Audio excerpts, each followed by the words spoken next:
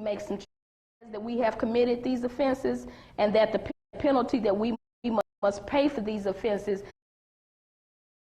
committed these offenses, and that the penalty that we must pay for these offenses is that we no longer allow to continue to exist, okay, unless we make some changes. So this is what the new cycle is about.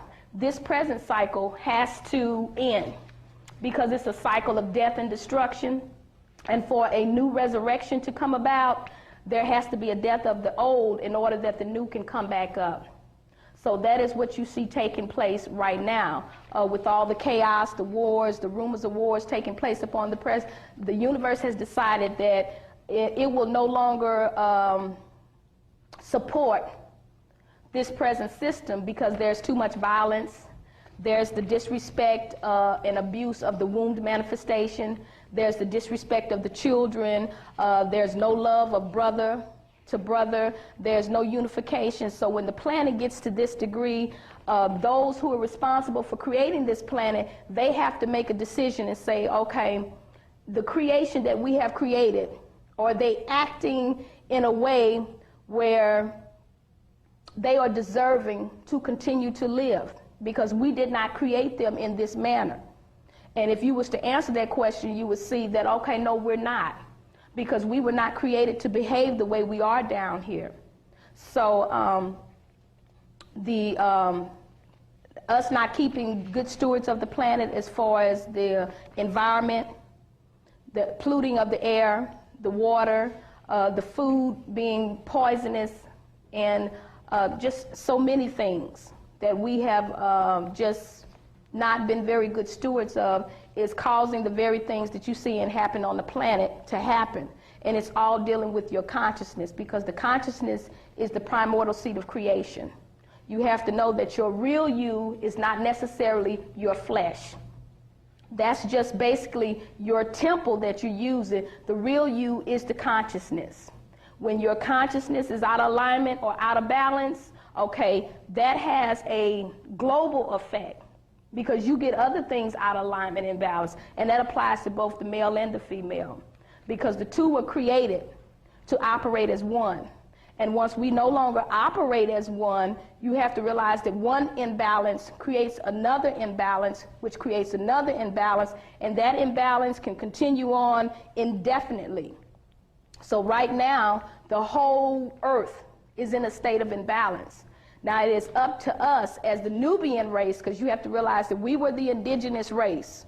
We were the first race on the planet. So we were supposed to be the model or the example for everybody else, meaning that our state of unconsciousness has a worldwide effect. So when we sit back and, okay, we're wondering why the Caucasian is so out of balance. Okay, he was not created to be in balance. We're looking at the Asians and why they're so out of balance. We're looking at the Hindus and any of the other races. They're out of balance because we're out of balance, because we were the original model. So everything that's happening on the planet, what I'm trying to show you is where you and your consciousness are directly related to it. Okay? So this is where we're at, the unconsciousness, that we either need to turn to the one consciousness if we are to continue to survive. Because right now, we are dying. So it's unfortunate that there's no females in here, because a lot of my message is dealing with the womb manifestation, because as so much of what is going on, she is the problem, she is also the solution. You have to realize that the man comes out of the gateway, which is the vagina. So she been given the power or the right to be teacher of both male and female, because as you see up here, womb manifestation, she is man. She is just the man with the womb. It was corrupted into woman, but it's really pronounced woman, woman, womb manifestation. So if I just called you manifestation every day, they shorten that, and so you're now known as man. You know, what's up, man? How you doing? Okay. But all man is short for manifestation. You are manifestation of wound manifestation, okay? So her unconsciousness will have an effect on you. I deal with the imprint that the female has upon the child in the womb. Say, for instance, your mother, if she had no knowledge of herself, okay, the first law is to know oneself. Another law is to know one's enemy. Okay, if you have a female who has not knowledge of herself, okay, this is going to affect whatever she carries in her womb, because she's been given the power to create in her own likeness after her own kind. And then she has 9 months to imprint various data upon the primordial being of that child in her womb. So when you come out, you're going to actualize what your mother imprinted upon you. Now, if she knew herself and she had the goddess consciousness, okay, she's going to bring forth a God. You know, that's all she can do. There's no God without goddess. Goddess puts God on the planet. If she has a consciousness of abomination and lies and deceits, she's dealing with issues of low self-esteem. She's dealing with issue of not having grown up and been nurtured. Okay, you have to realize that all of this is imprinted upon the child in the womb. And when you come out, okay, you've already been set at a disadvantage. And normally, whatever the consciousness of the mother is, she's going to raise that child up in that environment.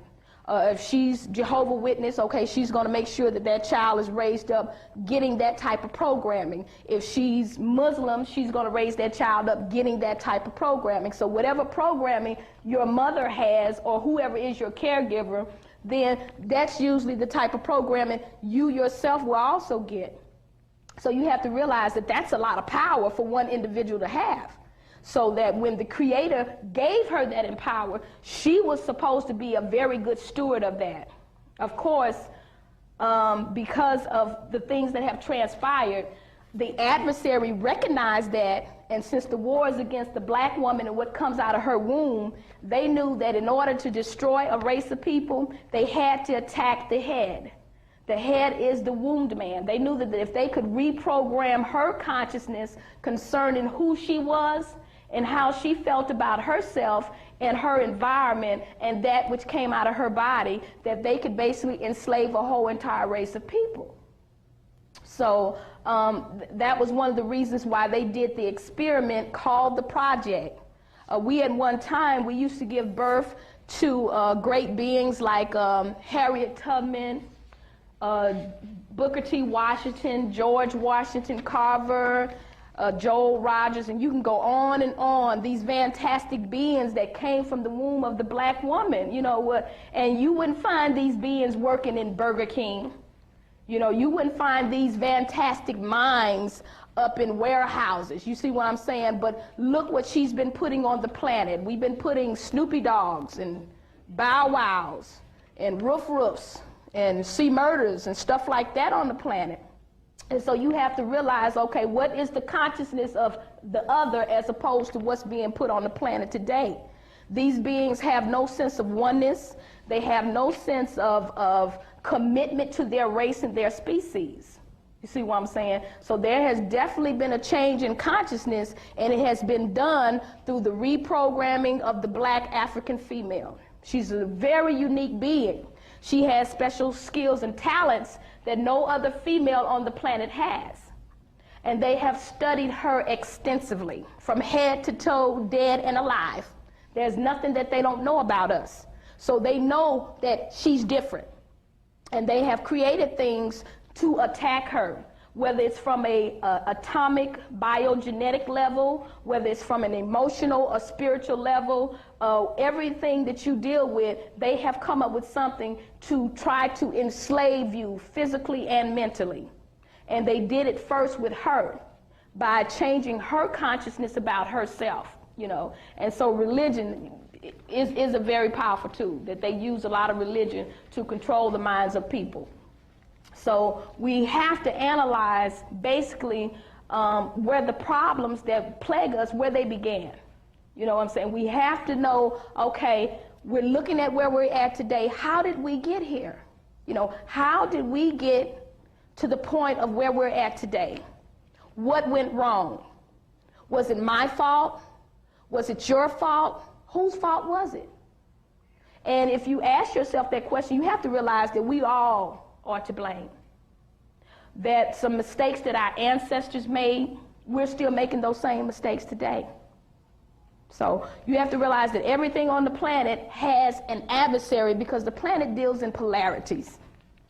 There's good, there has to be bad, there's life, there's death, there's night, there's day. These are polarities. They're just the different polarities that we all are supposed to know.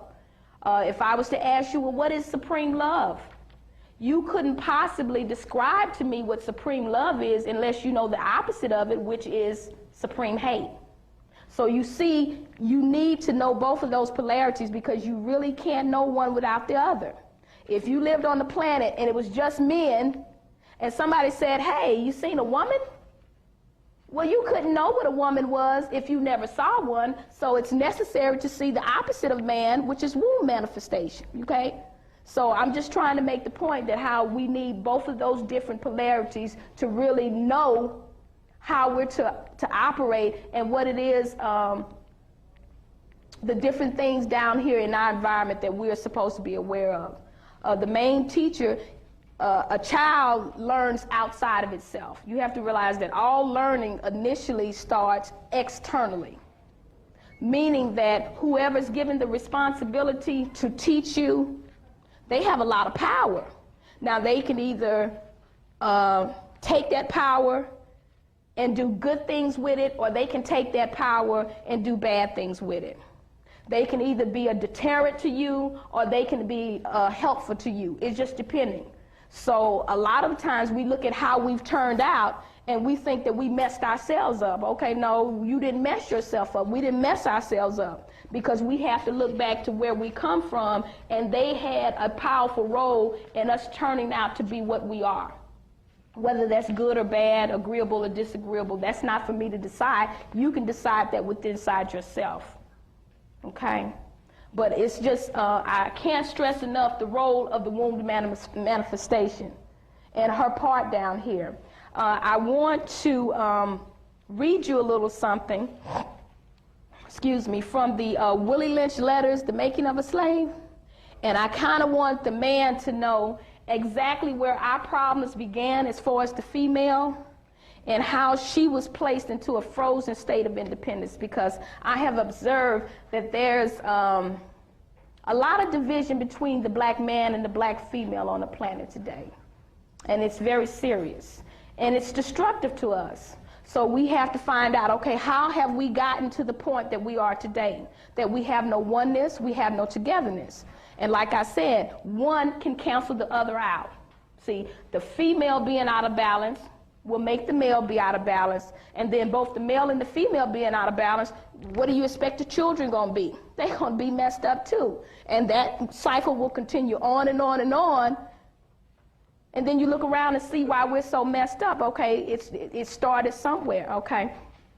So let me just read to you the, let's make a slave. I want to get to the breaking process of the African woman. I would like to remind you that this is very graphic.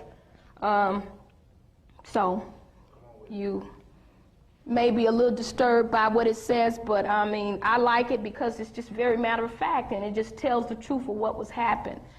It states that the breaking process of the African woman, it says, then take the female and run a series of tests on her to see if she will submit to your desires. Okay, this is the Caucasoid or whoever it is that wants to slave another race of people. It doesn't have to be the Caucasian. It could be African against African. I tell you that nature had provided this balance. This balance was created in her to follow. You see what I'm saying? So obviously they want to circumvent nature. They want to change your natural nature into an unnatural one, and this is how they felt they would go about it.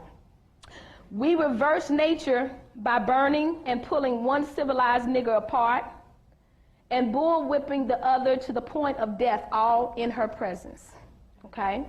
So what you're talking about is traumatizing. When you traumatize the brain, you see what I'm saying? That when you take a person and submit them to torture or even make them watch something so horrendous that they become so traumatized they kind of shut down. Some people go literally insane. Okay, by her being left alone and unprotected, with the male image destroyed. Okay, they had to destroy the male image. You have to realize that the male upon the planet, he represents protection. He is a provider, and he also plays a role in preparation for the children, that he prepares, he provides, and he protects. This is his role.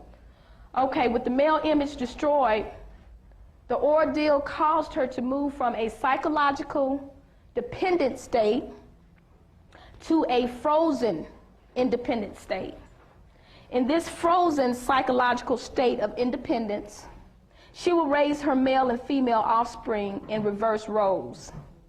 For the fear of the young male's life, she will psychologically train him to be mentally weak and dependent, but physically strong. Okay, that's very profound. Let me repeat that. For fear of the young man's life, she will psychologically, okay, we're talking about the mind, train him to be mentally weak and dependent, but physically strong. Because she has become psychologically independent, she will train her female offspring to be psychologically independent. She's, you know, black females are very independent and strong, you know. So what have you got? You've got the nigger woman out front and the man behind and scared. This is a perfect situation for sound sleep and economics. This is what they said, that once they completed this process, we can sleep soundly now. We don't have to stand over them with the whip. You know, we don't have to stand over them anymore and make them do.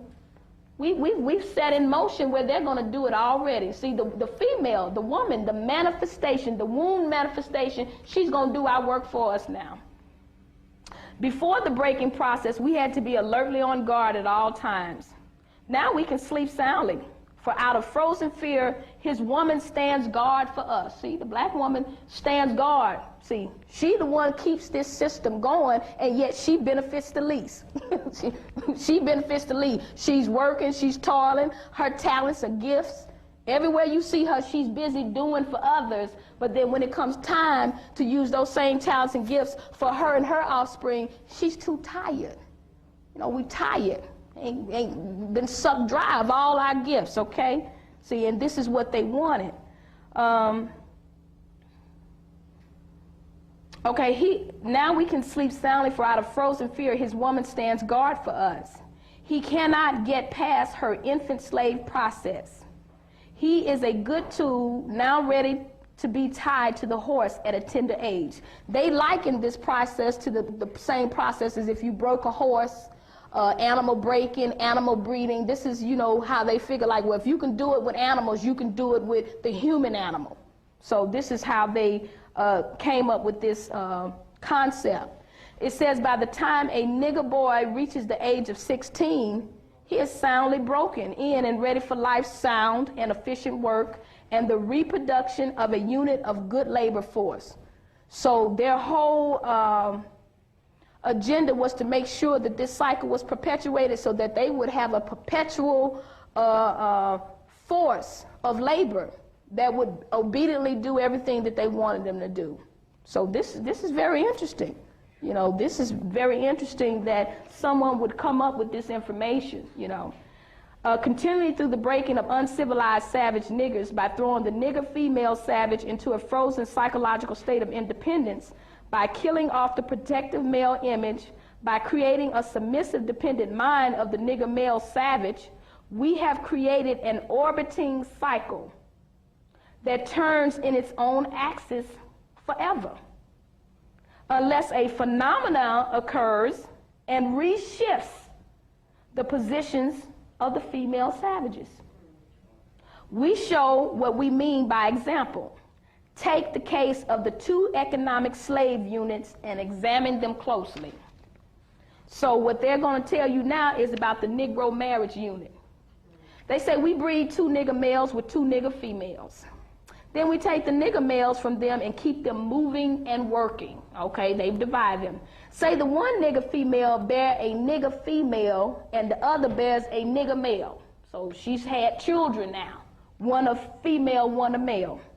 Both nigger females being without the influence of the nigger image, frozen with an independent psychology, will raise their offspring into reverse positions. So what you're seeing is how the imbalance was set in place.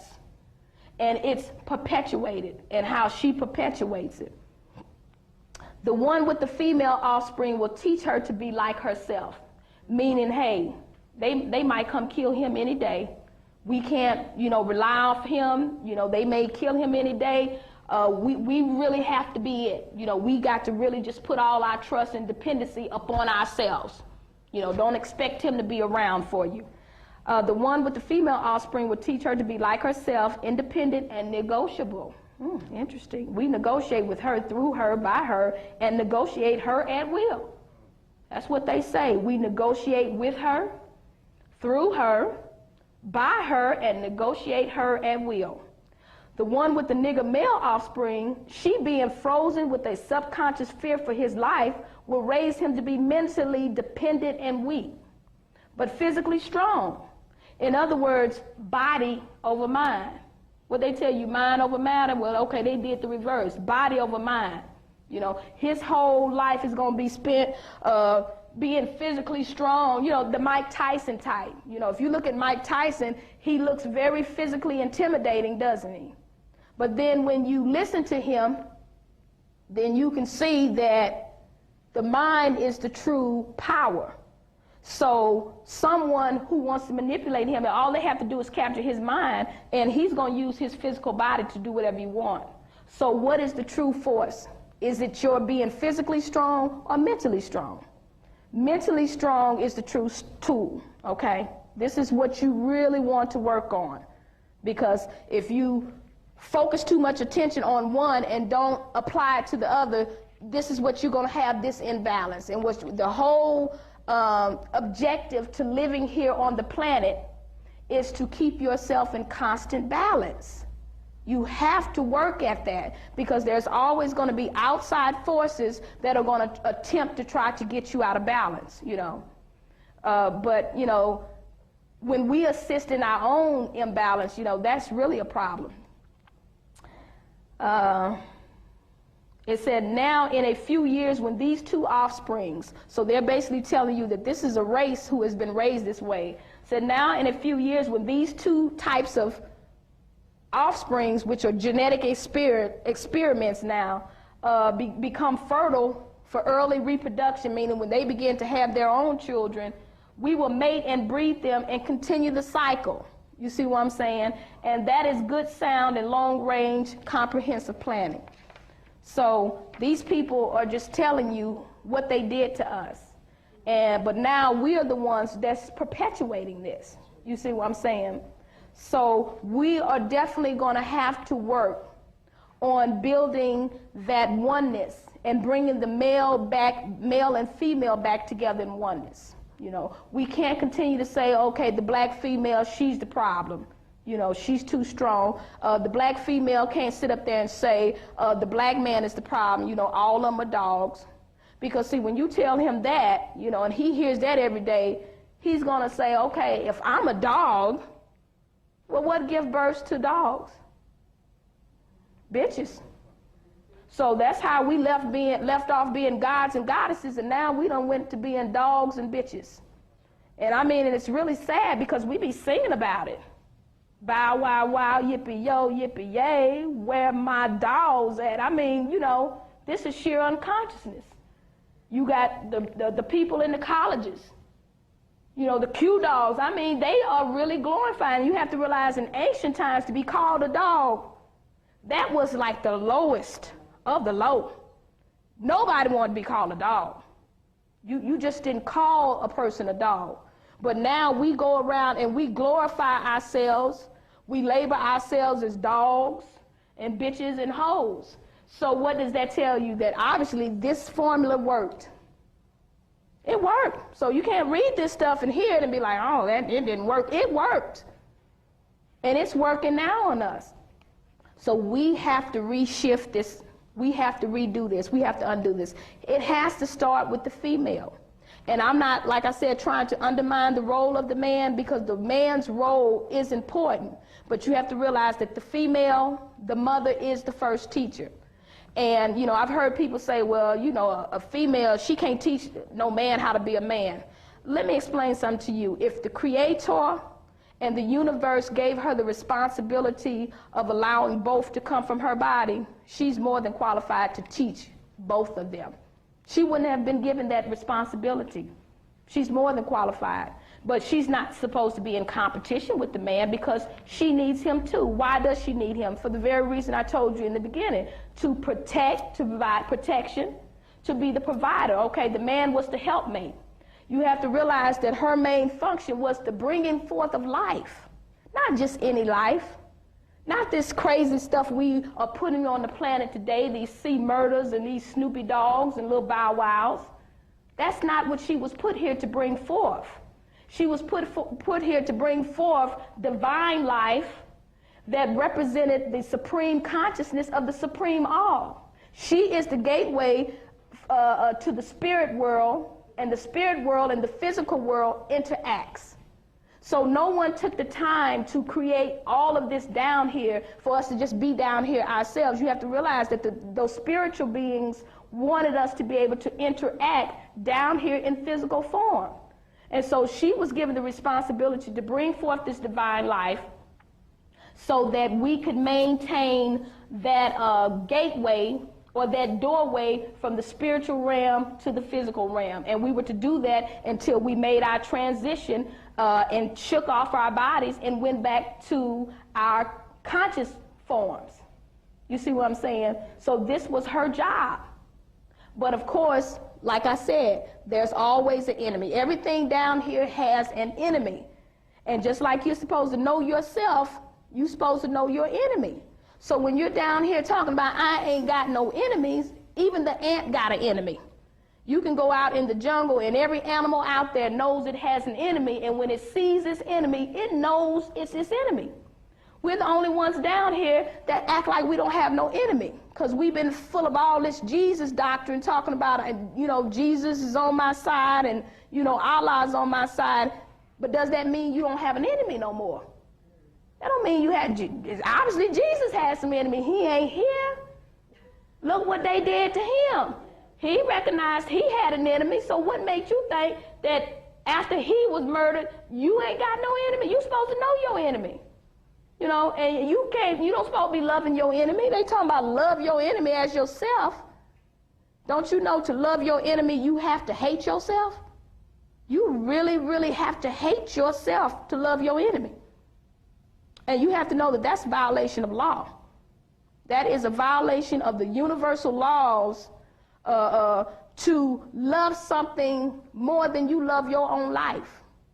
For a mother to love somebody else's child more than she loves her own children. It's just madness. That's just madness. So you have to realize that the man was the helpmate. That while the woman was bringing forth life, she was given the power to create in her own likeness after her own kind. Okay, what does that mean? What does that mean to create in your own likeness after your own kind? Well, that means that I have certain eggs in my body.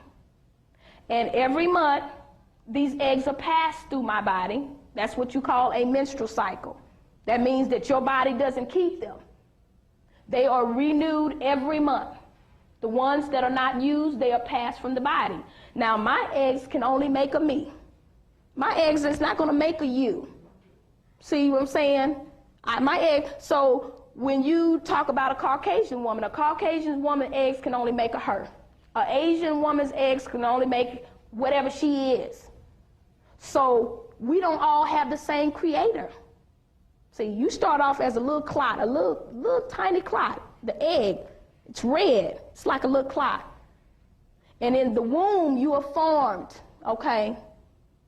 And you take on all the characteristics that you sit there with today. You started off as that little bitty egg. So I can only recreate in my own likeness after my own kind. Whether I put myself on the planet as a male or a female, it's still me. My son back there, who is he? He's me. That's not a separate person, that's me. That's one manifestation of myself that I have put up on the planet, one. Now my job was to recreate myself as many times as I could, whether it's 10 times, 15 times, because it is your children that allows your name to live on forever. And so if a female is really doing her job, because you have to realize that when she came here, she didn't need to find a job. The universe had already given her one. It was called mother, goddess. That was her job. She didn't have to go try to become a supervisor at IBM. She had a job. It was being mother. And while she was bringing forth life, okay, what is the man doing? While a female is bringing forth life, does she need to be out there trying to drive a truck? Does she need to be out there on the railroad trying to build a railroad? I mean, it's just certain things that a female should not have to be doing. Should she be trying to worry about a place to stay? Or how she gonna eat? I don't think so. Not while she's bringing forth life. So the man's role was to, while this divine goddess being is bringing forth this light, I'm here to assist her. She shouldn't be worrying about a place to stay. Excuse me. She shouldn't be worrying about, you know, that water coming through the roof. Let me get up there and fix that. She shouldn't be worried about going out there to the field and picking those yams, you know what I'm saying? She's getting along in her prayer. Let me go and help. See, he was the helpmate for her. And the main thing is that while she's pregnant and bringing forth this life, and this life is being created in her womb, there's certain stresses that she really does not need to be under, because like I told you, she's imprinting. She's imprinting. Now, just let me give you a scenario of how a lot of black women end up giving birth. Usually when they find out they're pregnant, they ain't very happy. Some of them even say it was an accident, which is totally ridiculous, because ain't no such thing as no accident. Because you had to do something. You had to lay down one. Well, you might have got it standing up. You had to open up your legs and tell him to come on in. Now, that ain't no accident.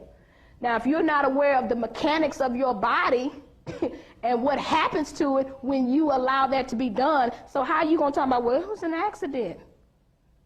Okay, this is a female that does not know her creative tools and the power that she was given to create.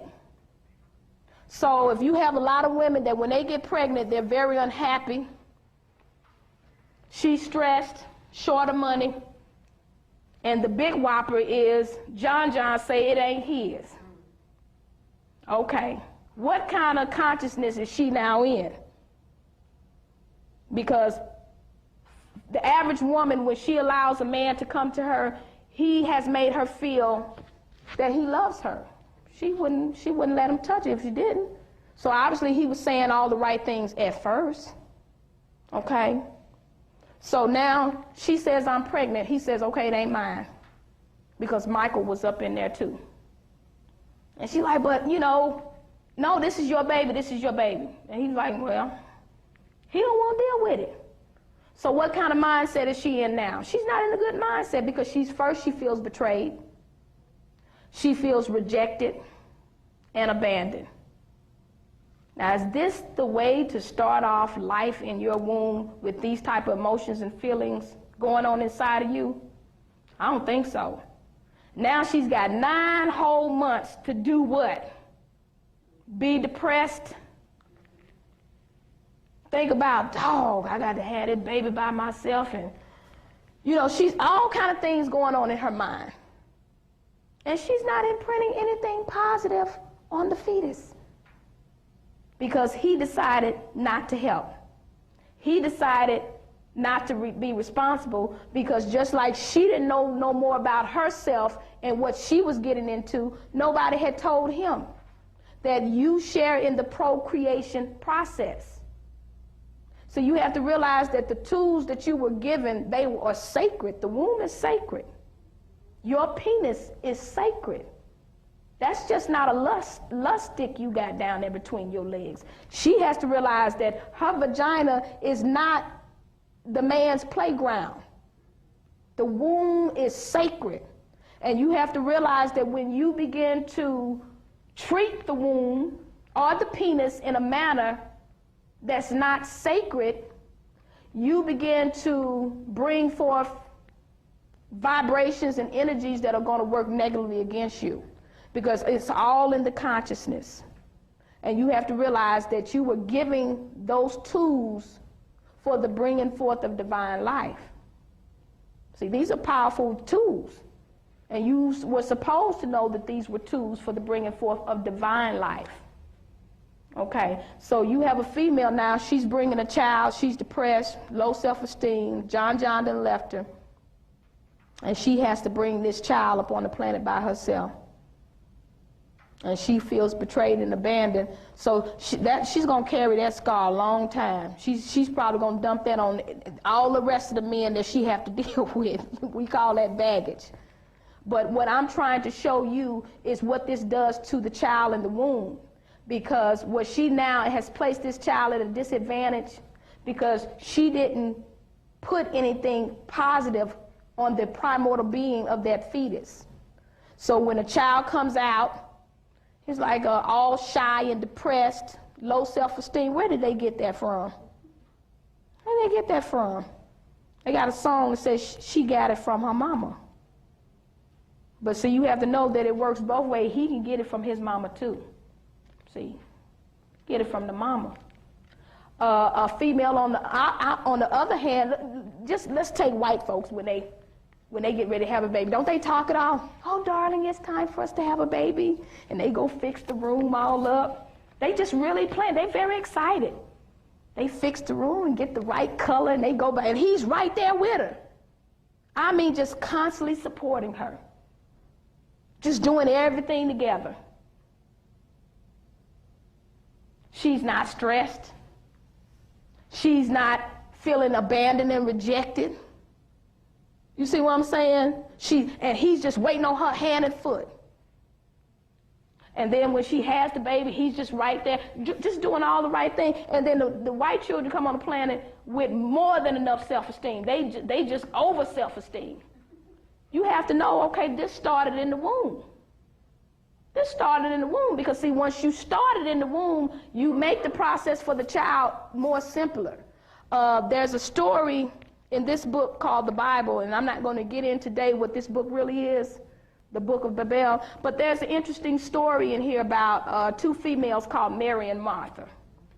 And if you notice that an angel came to them and told them, okay, this is what type of child you're bringing on the planet, okay? You're going to bring forth divine beings. So these females, they knew they had to eat right.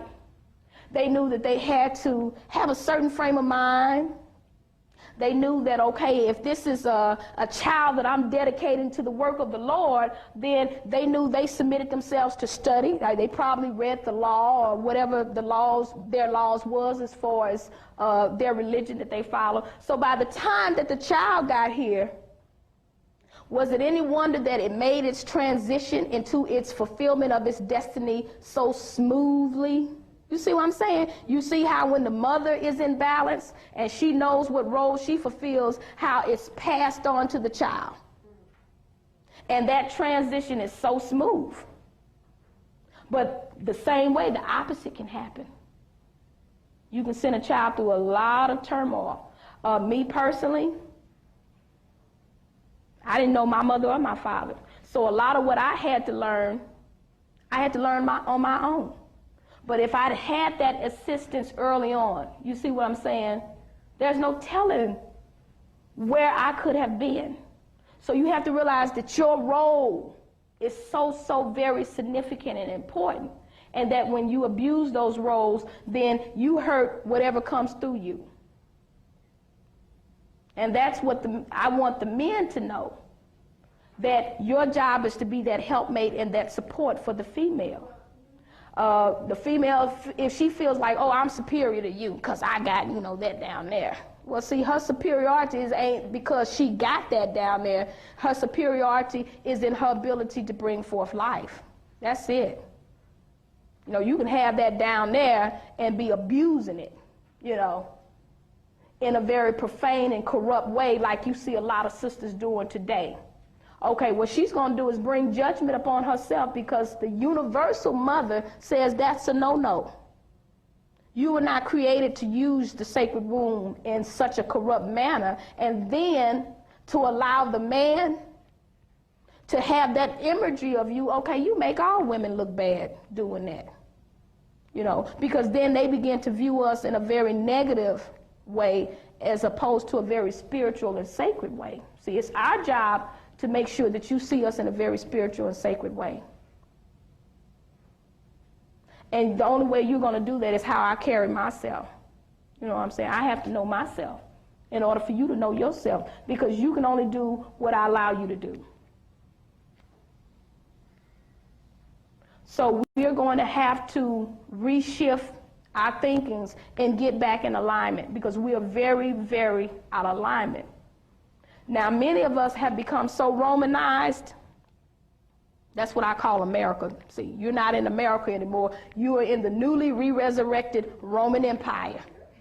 If you didn't know it, you know it now. This is straight up Rome. And if you don't know anything about Rome, you need to go get you a quick history lesson. Rome was a very decadent and corrupt place, paganistic. And it does have the harlot spirit. And you have to know that the harlot spirit is not just a female thing. The harlot spirit can be up on the male too. Okay? But see, our job is to resist that spirit. You're not supposed to give into it. But since the females have given into it, they have become so secularized, they have been despiritualized. She's not manifesting herself upon the planet how she was supposed to. And this has resulted in these various curses and plagues that have come upon her.